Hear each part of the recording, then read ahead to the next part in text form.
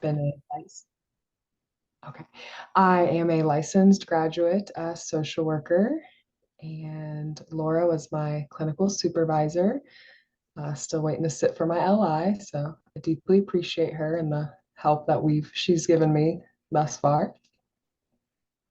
And I'm Laura Lander, social work faculty in the Department of Behavioral Medicine and Psychiatry in Morgantown. And I invited Haley to present with me because she has some of the most amazing examples of ethical dilemmas in rural settings from West Virginia herself, and then working in a rural setting in her own community has presented a lot of ethical challenges. And I thought it would be a great topic. So thanks for having us. So just a little overview, we're going to define, what is an ethical dilemma, and we're going to go over some principles by profession because we have an interdisciplinary group here. We'll talk about clinical applications and ethical decision-making, and then specifically some of those dilemmas that are common in rural settings, including when working with people on teletherapy, because a lot of us are not necessarily in a rural setting, but our patient is, and they are on the tele, and so that can create some different kinds of challenges when people are on video visits. So when we think of decision-making models, I thought this was kind of a nice visual. These are the things we're trying to balance typically, is clinical integrity and beneficence and justice and malfeasance, and then autonomy, whether that's usually about patient autonomy, as well as our own autonomy and our commitment, our ethical responsibility to uphold the ethics of our profession. And so what is an ethical dilemma? It's usually a challenging situation, and it's difficult to decide what the most appropriate thing to do is. And by definition, it's when two conflicting ethical principles are at hand. So they are both our principles for our profession, and yet if we make one decision, we're going with one principle and against another principle. And if we make another decision, the opposite is true. And so it feels like often there's no right choice. And so it can be difficult to figure out what is the best decision. This is kind of a general overview, so not specific to healthcare providers, but in general, when there is like this moral conflict or these two principles in conflict, and there appears to be no correct answer, and it involves really some thought. Often, what we usually say is go talk to your supervisor, right? Or go talk to a colleague to get their perspective. It's important to gather other people's perspectives who know your ethical principles and the principles that may be in conflict to help talk through what the least harmful situation might be, or the best situation might be. Sometimes it's about doing the least harm. The example I like to give about like individual and community. So we have all seen this in the most recent political climate. So this comes up all the time when we think about local politics and state politics and federal politics. So the one that comes to mind for individual versus community to me is vaccines. So we want people to have personal choice about their healthcare, and we want to protect the community from infectious diseases. So when we think about the decisions we want our legislature to make about vaccines, these two principles are absolutely in conflict, and that makes it really, really challenging. So I'm going to start with social work principles. I'm not going to read through all these. You will get these slides, but these are the social work principles are service, really service to others as opposed to putting our self-interest first. We think about helping the people that we're working with.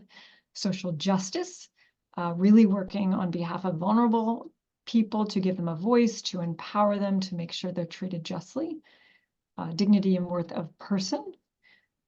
Importance of human relationships. So oftentimes that's really the therapeutic relationship, or sometimes that's relationships between clients if we're working with families, or if we're working with groups. Integrity, so making sure we are upholding the mission of our own profession. And competence, making sure we are working within the scope of our own practice and not doing interventions that we have not been trained to do.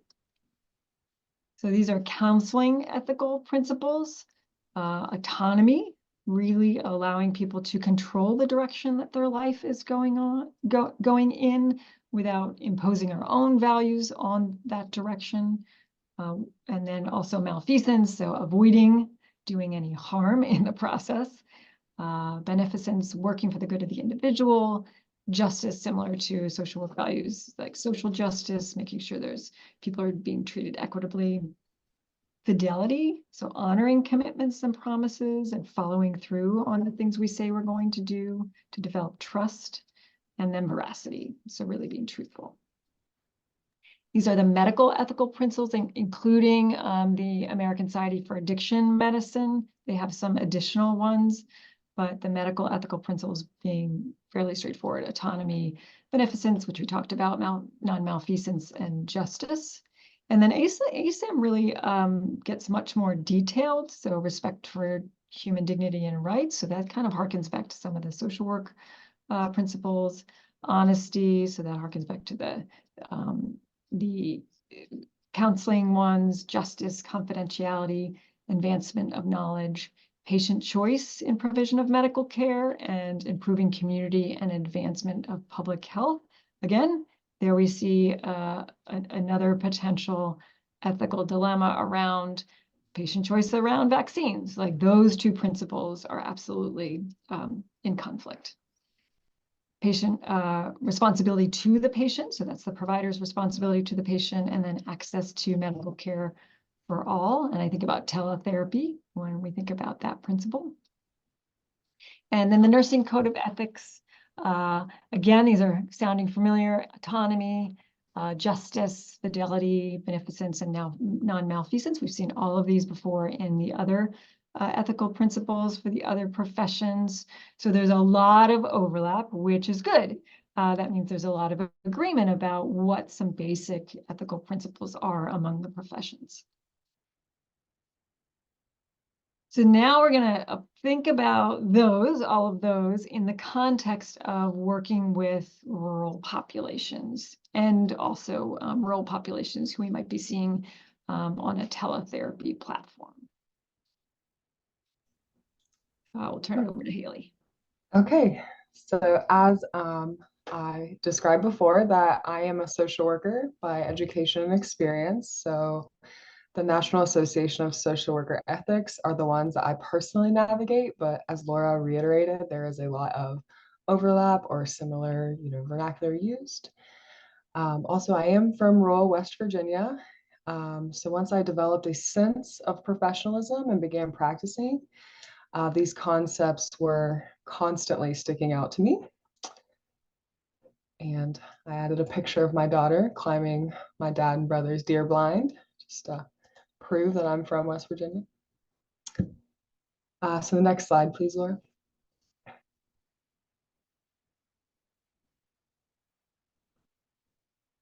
When I lived in Morgantown for 7 years and lived other areas throughout the country, and then decided to move back to my hometown. And when I did that, I began working at a clinic that is the only clinic in the zip code that provides MAT or MOUD services. I was also the only MAT provider on our county's drug court treatment team. With very limited access to services and treatment options, it felt especially vital to ensure that I was doing my absolute best for my patients. So some of the examples that I've listed here are when it started to become a big personal and professional issue for me. I come from a family comprised of individuals who experience various forms of addiction. A part of that history has been pretty public, to say the least. And again, small town, double A school, single A now. So everyone knows everyone.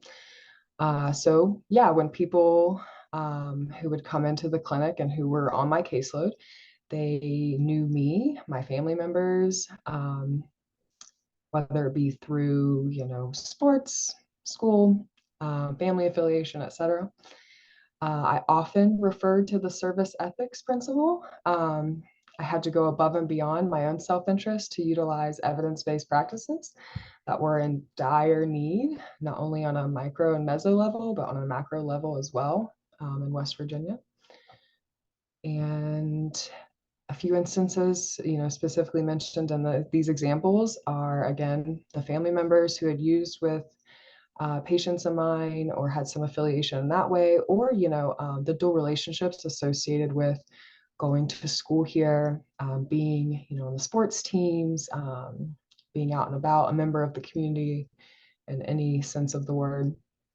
It was a more often than not happened on a daily basis. And so when we think about like our professional training, if these, what Kaylee's describing, like if these things come up, like we have a personal relationship with a client who presents to us, or we have some kind of dual relationship, or their kid is in our kid's class at school, what are we typically told to do as providers? You can shout it out. I can say for myself, before I came back, was avoid it. Right, you don't work with that individual, you refer them to someone Yes. else. But in rural communities, there's nobody else you refer them to. Yeah. And I'm so, glad you mentioned that because I've been in such a we just deal with the dual relationship way of thinking in the past couple of years that, yeah, I forgot that we don't have to do that elsewhere. ready for the next slide? Yes. Okay. Okay. So one of the examples that I'll go more specifically into was managing discrimination against individuals who choose to utilize medication for opioid use disorder in their addiction recovery. It's always a pretty big issue, but when you are advocating for individuals who take medicine and are in the legal system, there's a lot more pressure to that in the royal setting. Um, I'm not sure how many people in here are affiliated with any type of criminal system or have been a part of a drug court treatment team, but if anyone who's familiar whatsoever, you know that the individuals are involved in the court system. There's a magistrate, a prosecuting attorney, judge, and then the treatment team who works together to move these individuals along this recovery-based treatment. In my specific instance, there was a lot of issues with stigma. And of course, stigma as an umbrella term is a negative, you know, I'm sure awful experience for someone living in recovery or an addiction. But when you are in the court system, it is extra difficult because you can receive jail sanctions, which means you can spend anywhere from 3 to 90 days on a shocker. You can have fines, you can have different restrictions put on you, etc. And I was the only treatment provider on the treatment team who was from an MAT background. And so any of my patients were receiving medication or MAT services. And that was a fight in itself. When I was first introduced to the drug court treatment team in Jackson County, they told me the only reason why I was allowed in, or why my patients more specifically were allowed in, was because of the federal ruling to do so. Um, Another instance where I ran into this was the only sober living facility in the county. It prohibited medication for opioid use disorder. There was a lot of concern with staffing issues, stigma issues. You're working with individuals in sober living facilities, and the ones that I was working alongside were in recovery themselves. So they also had like a lot of personal experience and stigma that they were navigating. And with that, of course, becomes limited community resources for those living in recovery and seeking meetings. It is unfortunate, but the Alcoholics Anonymous or Narcotics Anonymous Celebrate Recovery, people would often find out who was receiving medication and who wasn't. And that was challenging due to the anonymity that's supposed to occur in those things. So, of course, social justice, advocating for those individuals, bringing research and evidence-based practices to these types of interactions with the court system. But one that I don't think I really appreciated enough at first. I'm a social worker, I'm an advocator, I'm, ready to be on the soapbox, you know, shout from the rooftops, what's wrong, what's right. But the human relationships, not with just patients, but also the other people involved in the system. So working with those magistrates, circuit court judges, prosecuting attorneys who had really negative outlooks on people in recovery and addiction. I would prioritize developing professional relationships with them, even if at first it was really difficult for me to do so because their views were so harsh. I went above and beyond whereby really seeking their values, and I would show up for court meetings and crises where they needed support in person, and I felt that that was very valuable. I would volunteer my time and effort when they were hosting events. And I found that when I began to invest in them, they would kind of hear me out. So the ethical principle human relationships, of course, with patients is vital, but when working with other members of the community who directly influence your patients, in my experience, was just as important. So any comments or questions so far from your own experience or things that you've seen?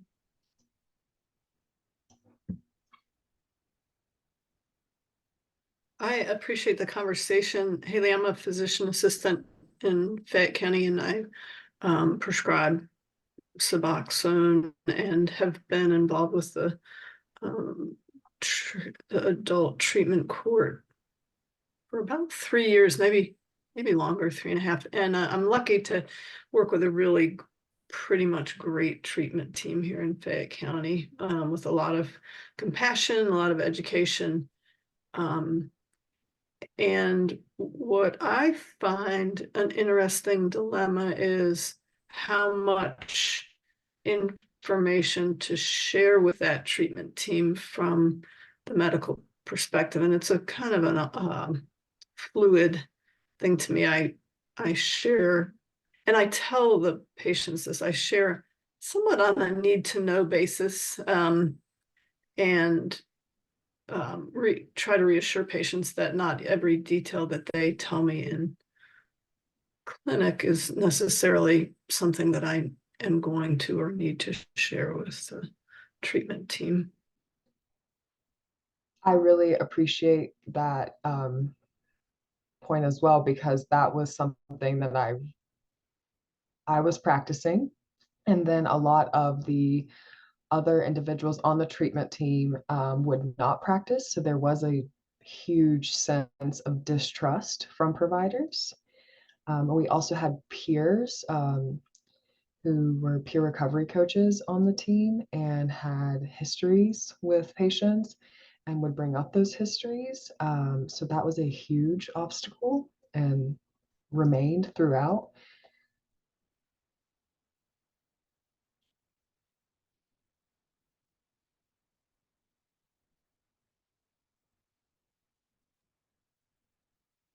Yeah, thanks, Jennifer.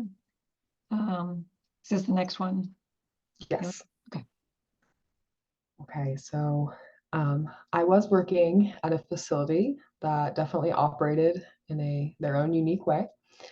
Um, the integrity principle, or fidelity, was one that I often had to reference when applying clinical interventions with patients or as a member of the treatment team.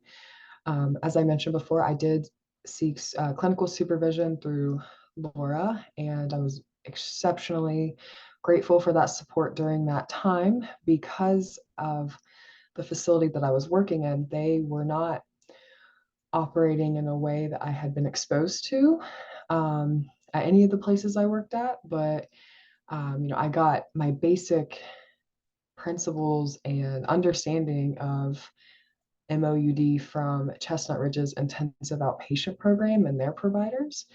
So whenever I would run into instances such as filing CPS reports or, reviewing urine drug screens with patients, I would take these concerns to the treatment team or to my supervisor or coworker there. And as I've listed on this example, I have made a CPS report for someone who lives on the same street as me. That was hard enough in itself, but especially when the organization that you work for is encouraging you not to do so.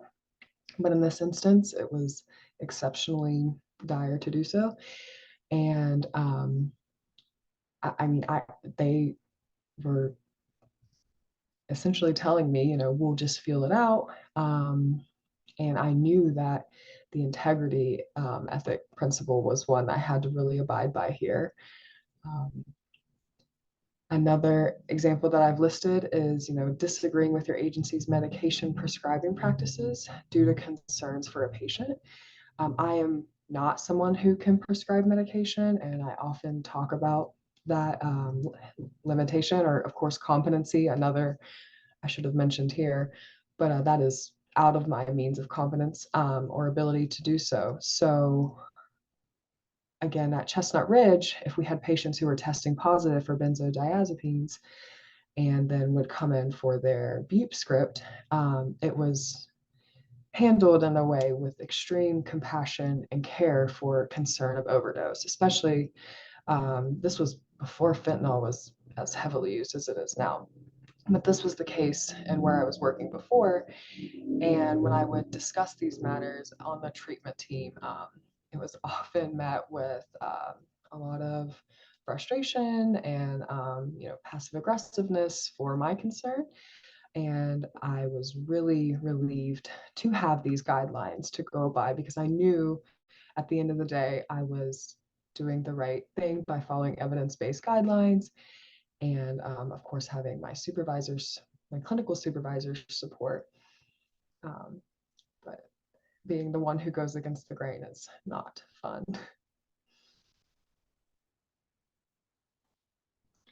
So I've talked about a lot of hard things associated with, working in a rural community, but there are a lot of strengths about being a West Virginian who lives and works in a rural community. I felt that I could really relate to my patients, and they definitely appreciated that.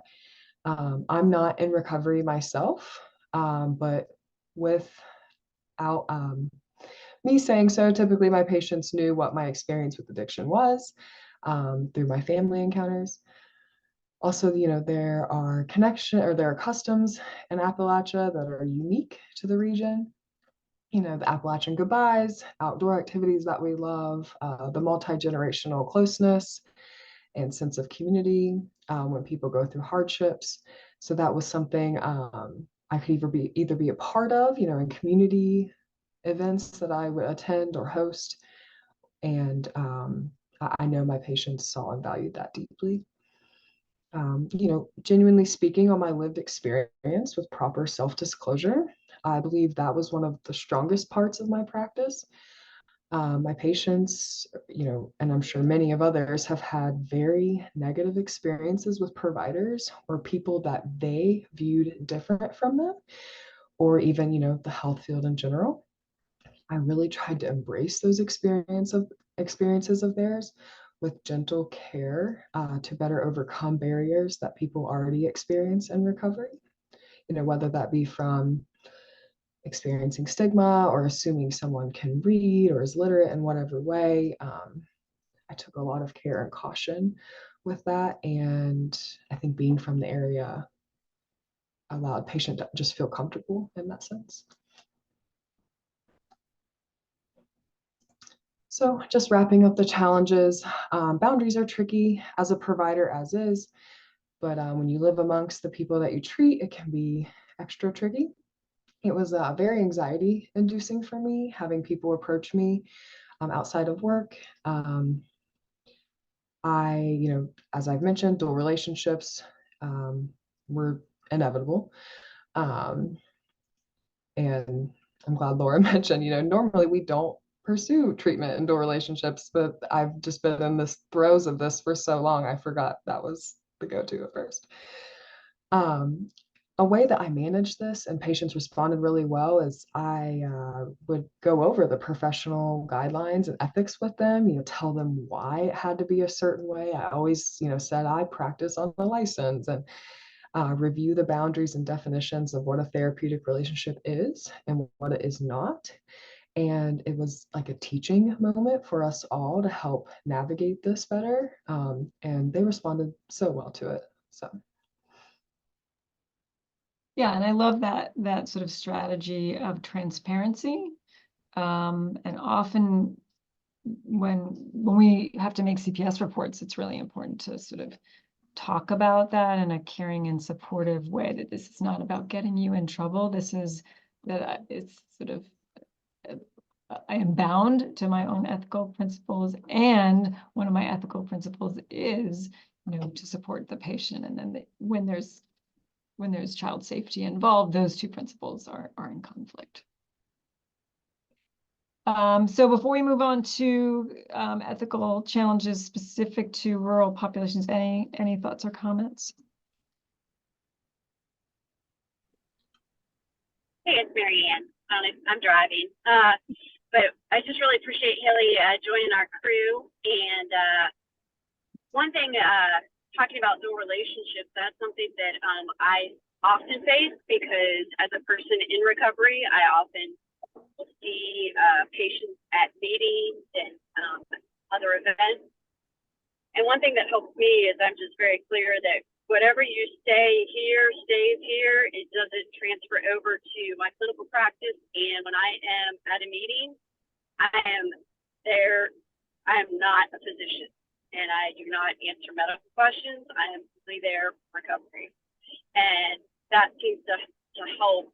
That's kind of the way I've looked at it. Yeah, thank you, Marianne. I think that's really important, because oftentimes if we say that to patients or we say that to people in a meeting, they probably don't believe us until it gets proved by our actions. So they may be like, yeah.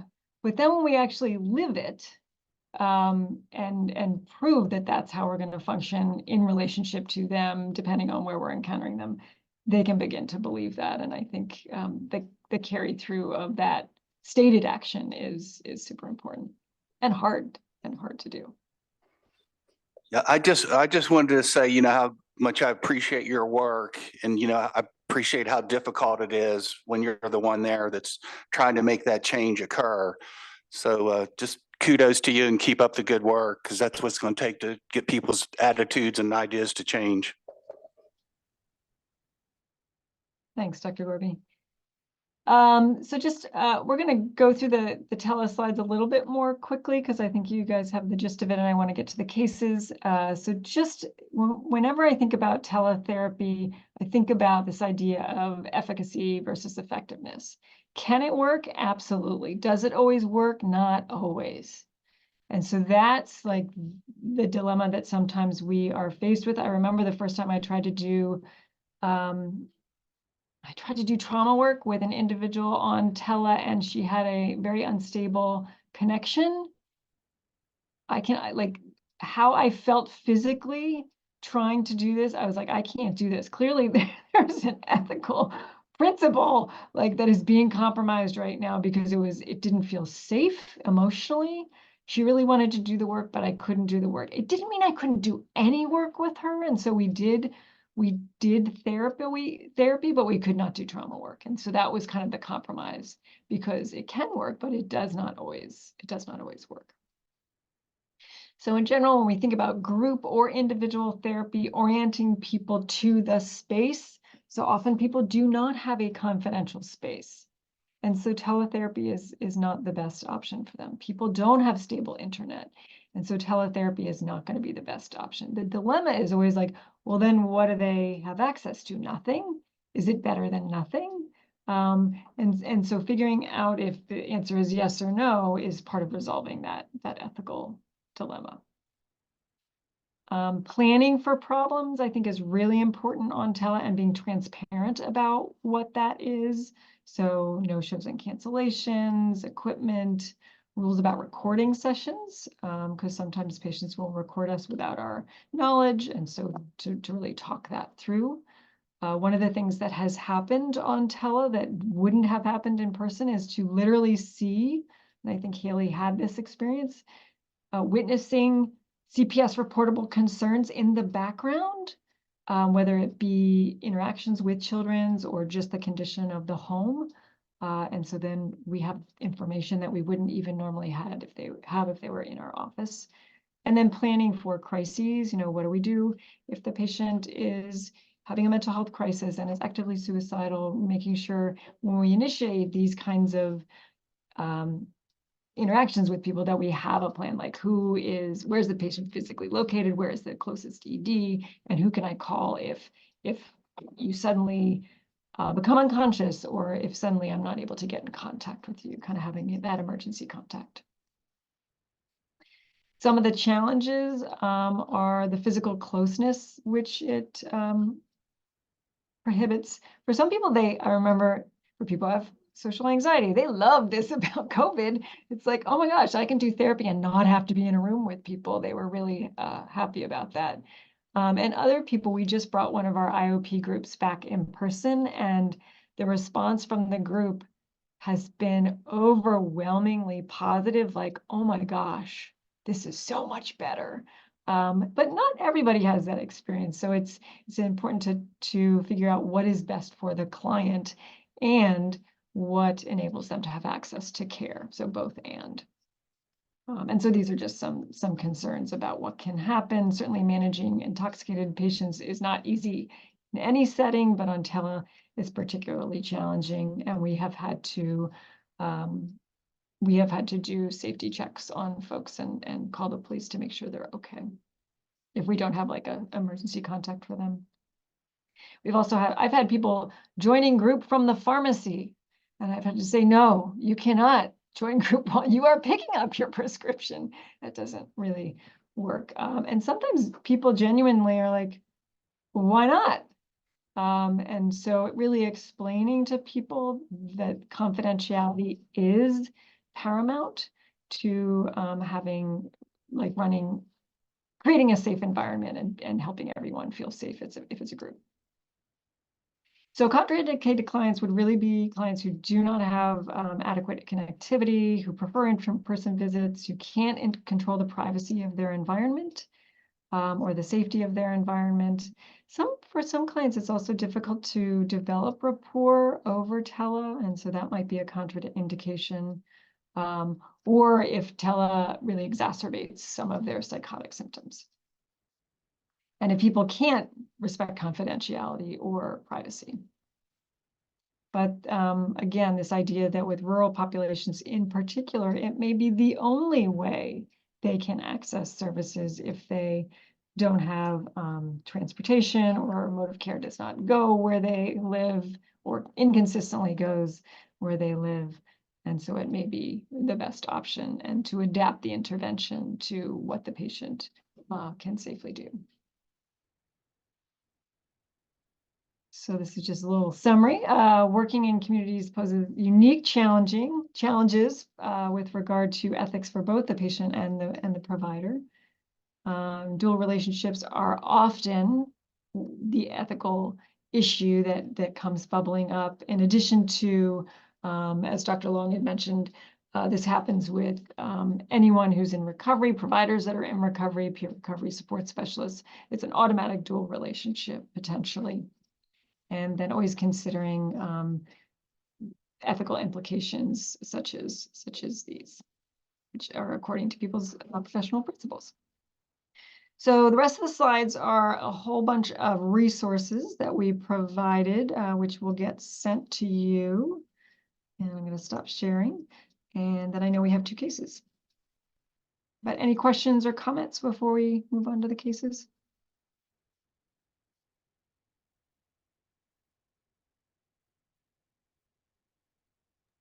Just want to thank you both so much for sharing that, and Haley for being so open and just very vulnerable and just just the work you guys do is amazing. So thank you so much.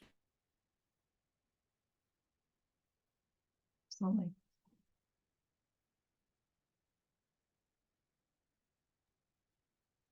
All right, well, thank you. And just feel free to chat, everyone. If you have any questions as we go along, we can always come back and assess those. So first, do you want to do your case, Haley? Is that all right if I share screen and share your case with you? Yes, please. Fine. Thank you.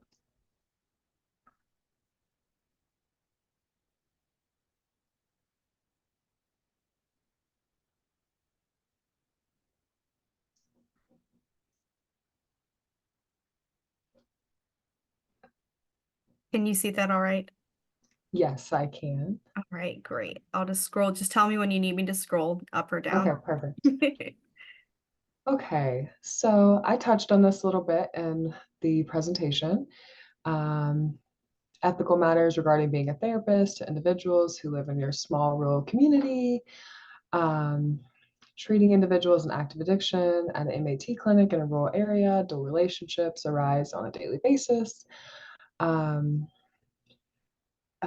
a specific case that comes to mind, so were patients who were in active addiction seeking addiction related treatment from myself and the medical provider who was on the team with me. I often wondered, referred back to, and read thoroughly the ethics of treating people who bought or used drugs with my family member due to the nature of a therapeutic relationship and the ethics of, being a therapist. The services we were providing were so far and few between in this region that I was highly concerned that if we did not provide them, the individuals would be at high risk for overdose. I should mention that I did work alongside one other counselor, but we had a very big clinic for our area. Some factors to that were, individuals who were limited to zero access to transportation. We live in a small town and they could walk to our clinic. The lack of MAT services. My coworker was also providing a high quality care of intervention with evidence-based practices, but it was literally me or her. Um, the unwillingness to seek a higher level of treatment. So although I would meet with these individuals, I would utilize motivation, intervention, motivational interviewing. At the end of the day, they would leave my session and go and purchase from my family member and, be very open and transparent about that. I don't know anyone who's encountered that challenge, but there was also the barrier of not being able to refer them elsewhere. So with some of the things that I've listed, Elizabeth, if you would mind scrolling, I'm curious as to if anyone else has experienced this issue in the field and how you would recommend managing this ethical dilemma. I think Laura was probably just like constantly, oh my gosh, what is Haley dealing with this week? Um, but I'm just curious, people practicing in rural Appalachia, if they'd ever ran into things like this before. Thank you so much. Yes, please do go ahead and unmute or raise your hand.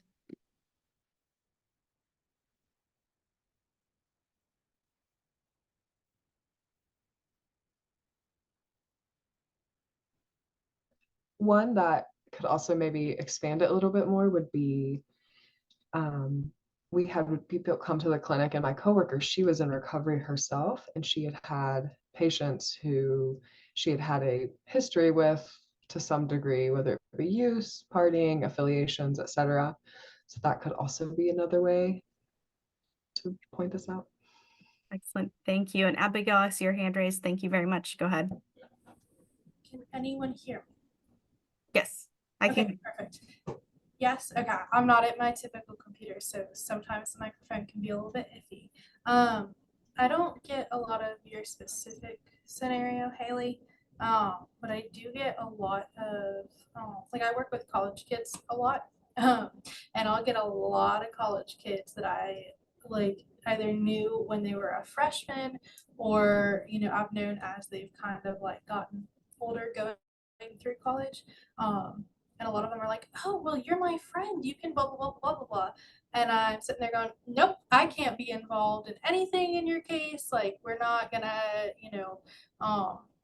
we're not going to have that conversation, and basically just trying to enforce some good boundaries without also driving them away from care, and it's like my attending has had this conversation a lot with us, but it really is, the issue of the small town, and where does the line get drawn with providing, the care that's necessary while also not, going over that boundary. So, I mean, I get it. It's weird to be like, hey, I actually can't talk to you about any of this.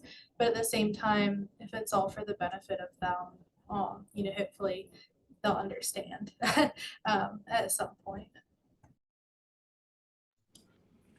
Yeah, no, you make a great point. I definitely would draw that boundary immediately, and also just like be very transparent about who I was and how I couldn't navigate that with them, and where they could do that if necessary.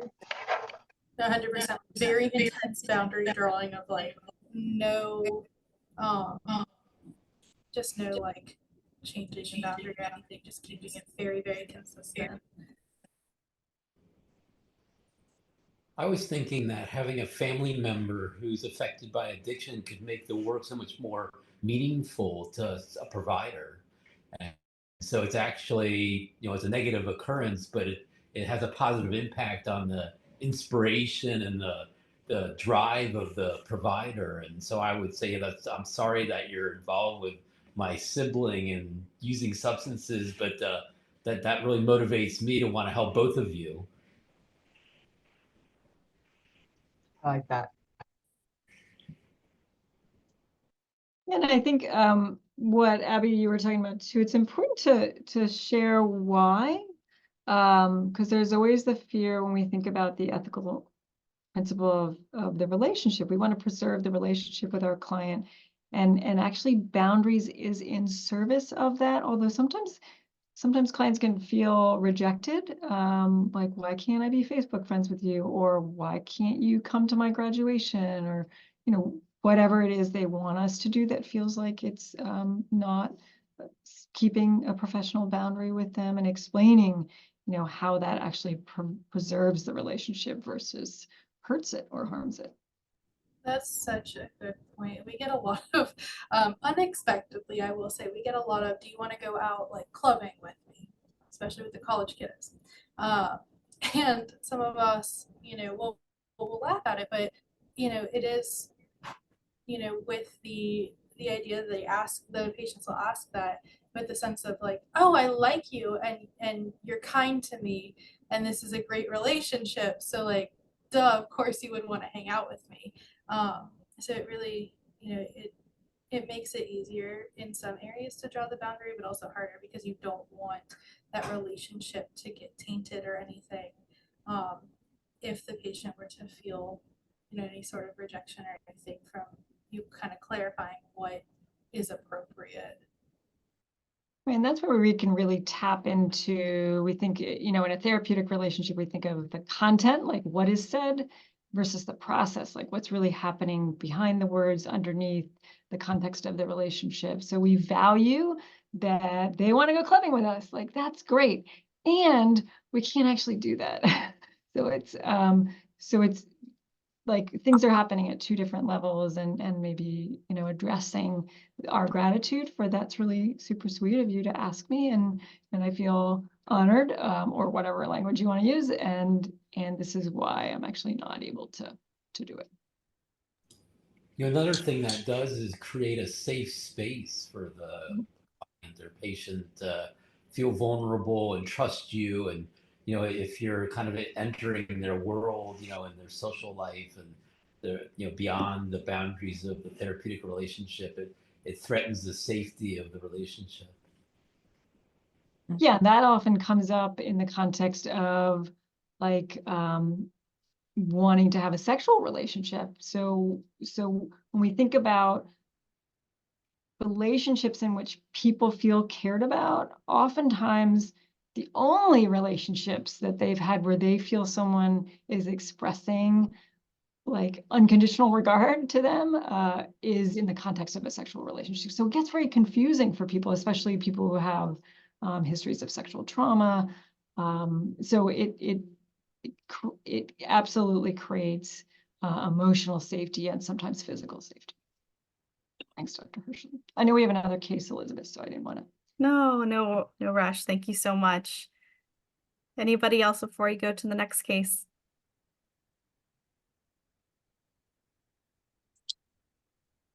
All right. Sarah, are you ready for your case now? As ready as I will ever be. Excellent. And Haley, I can just definitely relate to where you're at. I'm in Summersville, and we have a very small town here, and I've had patients that are cousins and whatnot, established care, and it was very conflicting. So, but just like Dr. Herschler had said, it gives you a passion and a drive. And I think that, they definitely can appreciate that. So. Thank you. So our case study was done on this patient. Do you want me just to go down through it? Yeah, that's fine. I'll just go down whenever you're ready. No worries. I have a copy. Okay, that's fine. I'll scroll down so everyone can see it. Okay. So the established patient was on Suboxone 16 milligrams sublingual daily. On a return visit, he brought in 53 unopened Suboxone 8 milligram films and numerous opened, partially used Suboxone pieces. He gets 56 sublingual films monthly. He reported no withdrawal, was not purposefully not taking his Suboxone.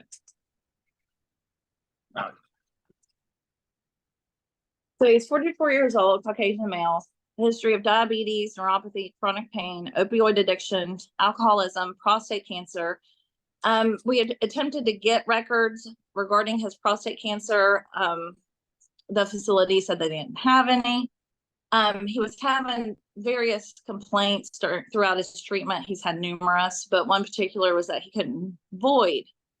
And so I was concerned that possibly, he had cancer, and was trying to get him in to see a urologist through failed attempts. He went to one appointment, but then didn't follow through with his other appointments. All of a sudden, the issues with the voiding ceased when he was placed on cholesterol medication. Also, reports other vague and inconsistent medical issues, which the patient was medically evaluated for. Nothing significant was found. His symptoms would resolve all on their own. He does have allergies to penicillin. He didn't graduate high school, but reports that he is unable to read or does not read at a very high level. He has no legal issues. He lives with his wife and his 2 children. He reported having marital issues and financial issues. He was trying to get disability, but was denied. He is not working, and his wife is the only income. The assessment, the patient has been in the program since 4/18 of 2022. He has been absolutely compliant with treatment, with the exception of support group meetings. And recently, he began using Delta 8. He was going to church instead of the support group meetings. He's always made it to his appointments, and even though he advanced to lower frequency, he still chose to come weekly. The patient has had complaints about being unable to remember past events, spells where he will black out, not for no apparent reason, not remember things. He had been worked up medically without any diagnoses or issues found. There were numerous discrepancies found between the patient's claims and his physical and mental issues, and or disability with objective and of observational findings. He often uses memory issues and intellect as an excuse for not knowing details, treatment doctors, etc. He has not had any memory complaints in the past several months. His UDS and confirmatory reports have all been unremarkable besides the THC. Nearly 1 month ago, once again, discussing about how he brought in those films. And he had reported that he had no idea how it happened. He didn't remember not taking them. He also reported that he didn't have any withdrawal. He has not been given any more prescriptions since this occurrence. He has remained free from withdrawal, reports no cravings for Suboxone. He does wish to continue with Suboxone. He's been taking roughly like 8 milligrams a day since that occurrence. Here is his lab results. His last two confirmatory reports from 8/29/23, and the last one was 1/23/24. And then my questions were, what were your thoughts on these findings and how would you proceed with care?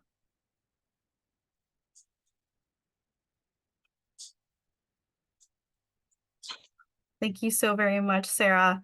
That was, a lot. So just give you a little echo moment. So everyone, please feel free to unmute or chat in. You may have as many questions as I do. I was just curious how you arrived at the 16 milligrams a day. Maybe that's too high a dose for him. That. Well, I mean, what he reported was a one. But obviously, my fear was that medication and maybe wasn't really needing all that much. But he had numerous packages still, so I don't know. Nothing about him seems to kind of add up. And with all the inconsistencies regarding like his medical issues, I feel like he may be trying to get disability, and kind of, trying to make his illnesses seem more than what they are. That's why they're not really matching with any real diagnosis, or they're not finding any. He's had heart caths, he's had EGDs, colonoscopies, all sorts of things, and nothing's been found as far as his physical complaints. Heather, you feel free to join in anytime. Is he are you seeing him on a weekly basis now, or how often do you see him? No, he was on monthly. And then he came in one month and he was like, I need to talk to you outside a group. So I brought him to my office and he showed me all these films. And I was taken aback and I was like, what in the world? And he was like, I don't remember not taking him. I don't know how this happened.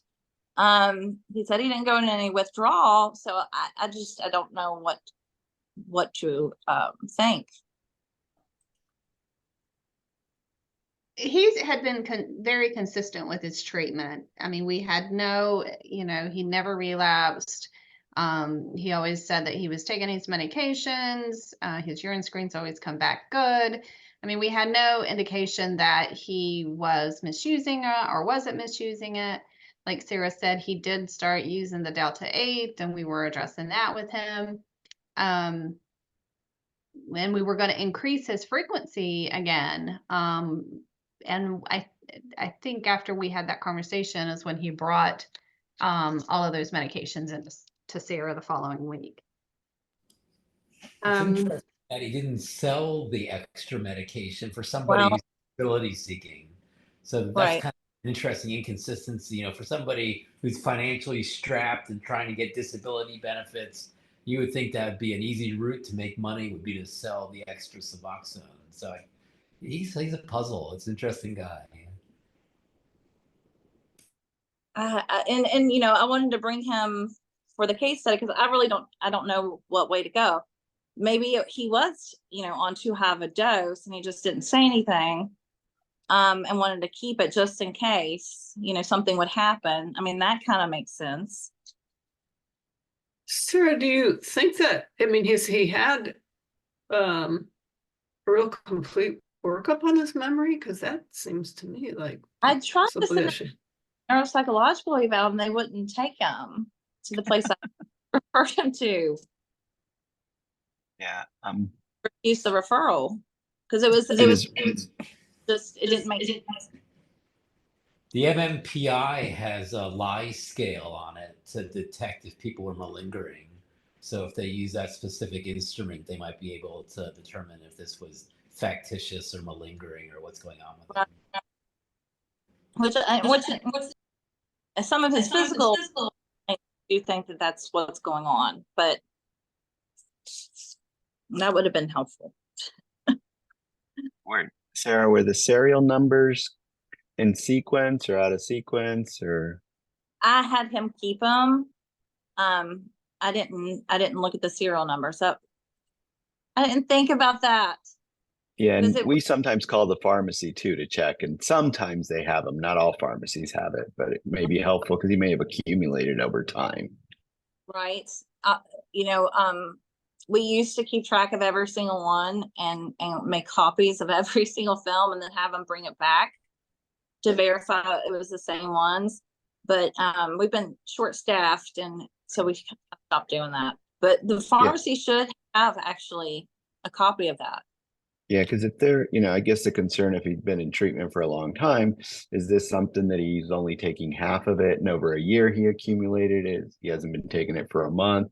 And if they're in sequence, then I would assume that they're part of the same prescription or more likely versus, you know, different dates, different stuff. So what and then oh, I was just gonna say, if they are in sequence, then what? I mean, because he obviously then he doesn't need it. right.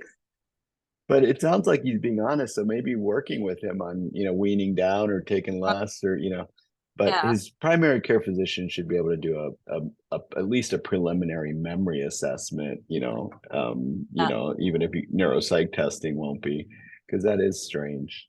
Yeah. Well, I mean, I could even do that, but and he's just so back and forth. And a lot of times, like, whenever you try to talk to him about what's going on, you end up super confused. And the story's just, it kind of changes a little bit and just doesn't really make a whole lot of sense. But were his tox screens consistent with yeah. And I mean, he almost did too good. I mean, I hate to say that, but with as long as his addiction had been and whatnot,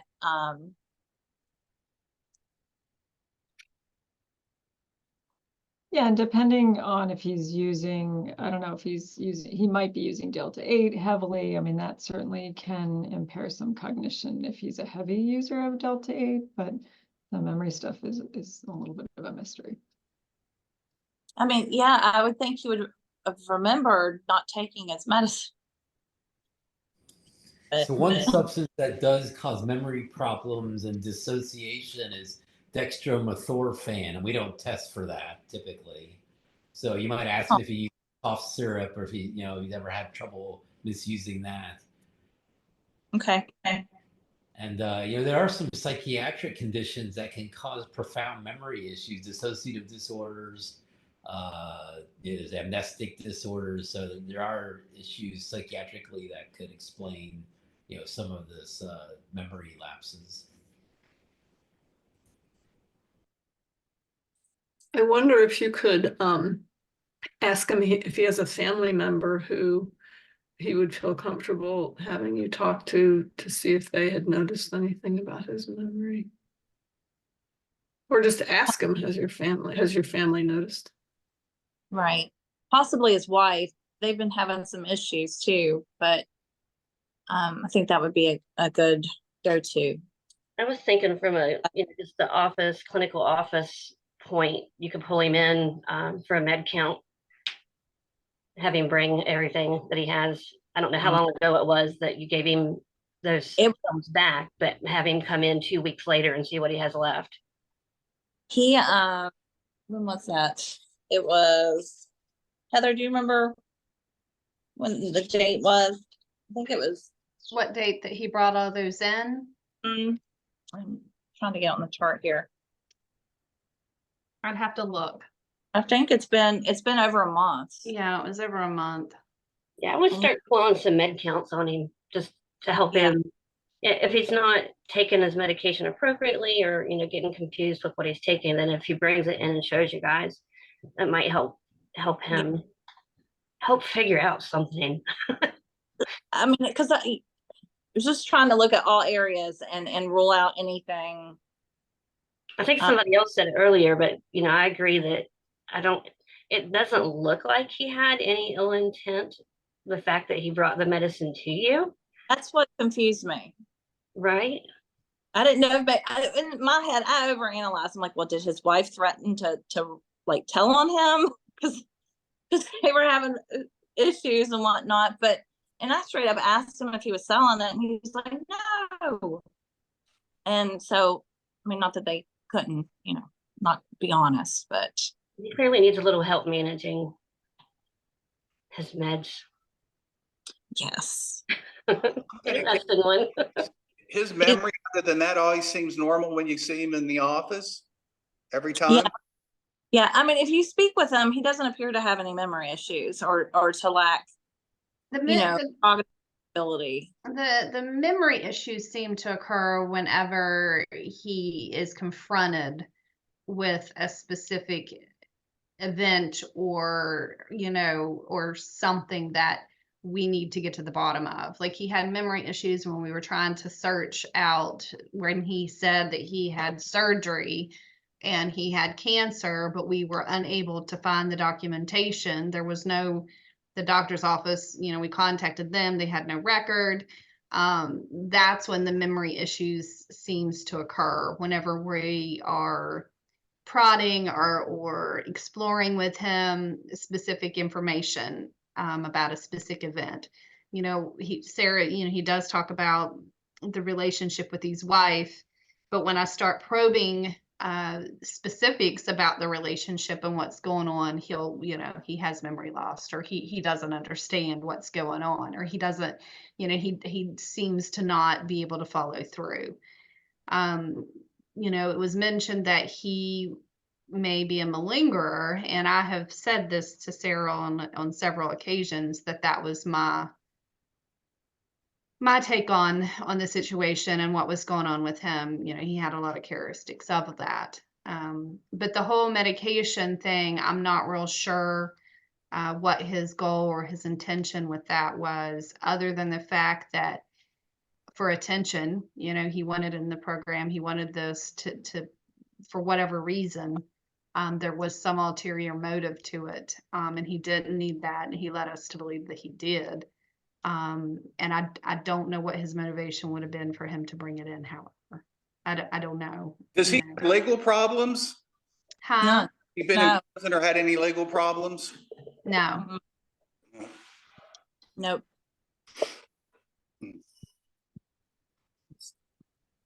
I just give him short supply, and like the other person said, I'd talk to his family or somebody else, see what's going on.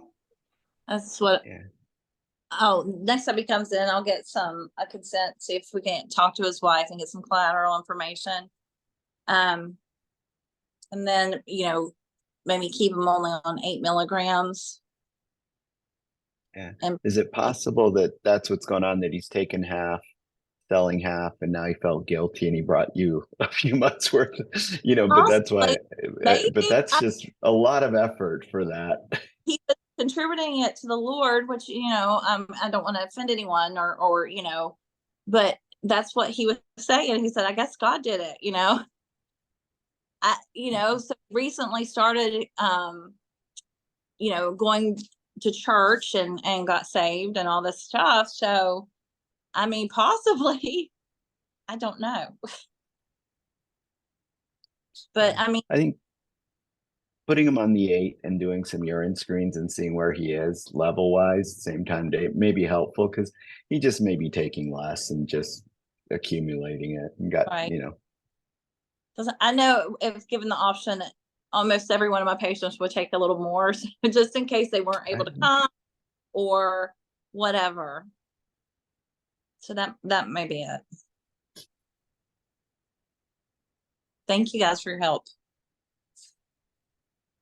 Thank you guys so much. I had a question too at the end, but I don't think we have time to get into that. But if you want to save it, please do for next time. Is that okay? Yeah, for absolutely. time. Yeah, absolutely. We're always welcoming to those questions. We just are a little over, so yeah, we probably have to call it. But we do appreciate you submitting the case, and thank you so much, everybody, for contributing to that discussion and conversation. All right. Well, the next time we meet will be April 8th, and we'll have Dr. Hirschler discussing buprenorphine for pain in patients with substance use disorders. So until next time, thank you so much. Bye.